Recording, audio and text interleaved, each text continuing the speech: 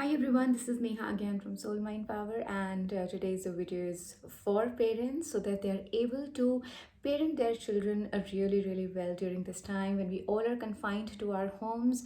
And basically, this video is going to be talking about the behavioral issues that children generally face when they are at home. So they might just get anxious and angry and throw tantrums because they are either understimulated or they are just feeling little anxious about the whole thing that they are not able to go out. So especially for three children between 3 years to 8 years, this video will be really helpful for you all parents.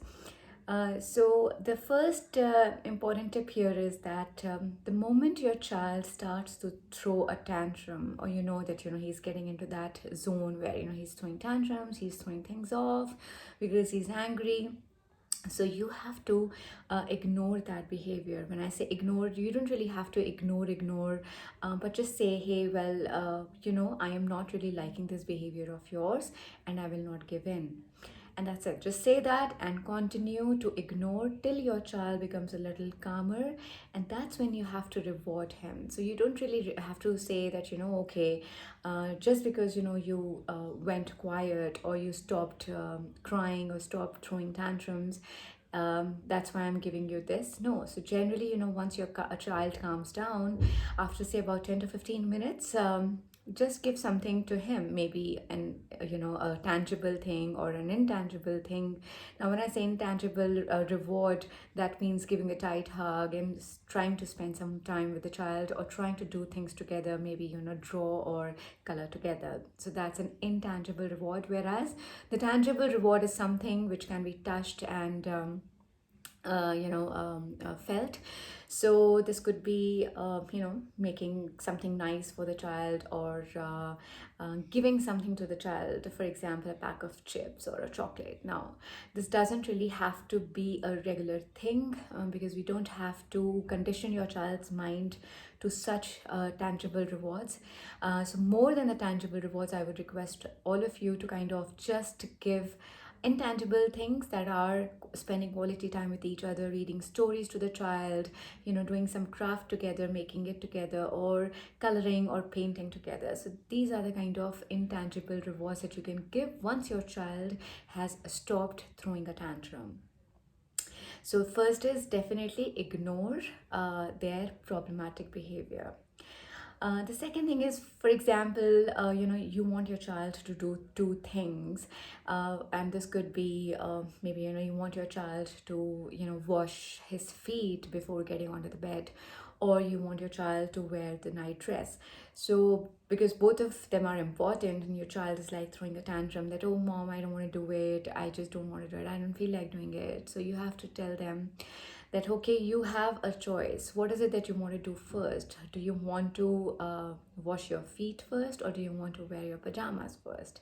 So here we are just giving them two options which they have to choose. One of them they have to choose. So it's like they have the autonomy or the power to choose also, and at the same time the thing that you want them to do is getting done easily. The third tip here is very important, which is anytime your child is, throwing a tantrum or is getting angry or is getting anxious, distraction works really well. Meaning, if your child is crying constantly, so you can distract him by saying, hey, let's just find 5 things that you can see, or the 5 colors that you can see. Oh, now let's get to the number 4 and listen to the 4 sounds around us. And then 3, okay, let's smell 3 things. And who would go first and try to smell 3 things? So you can distract your child. You can just say, hey, look outside, look, what's flying. Can you recognize that bird? So similarly, it's important to distract your child when your child is getting anxious or angry. Know that it is like it's like gravity. So if anger, there's anger, and on a scale of 1 to 10, your child's anger is at a level of 8. Don't get panicked. You will know that it is going to come down, and then there are strategies and of course techniques. So together what you can do is you can ask your child to take deep breaths, You can ask the child to find 5 things around, or touch 5 colors.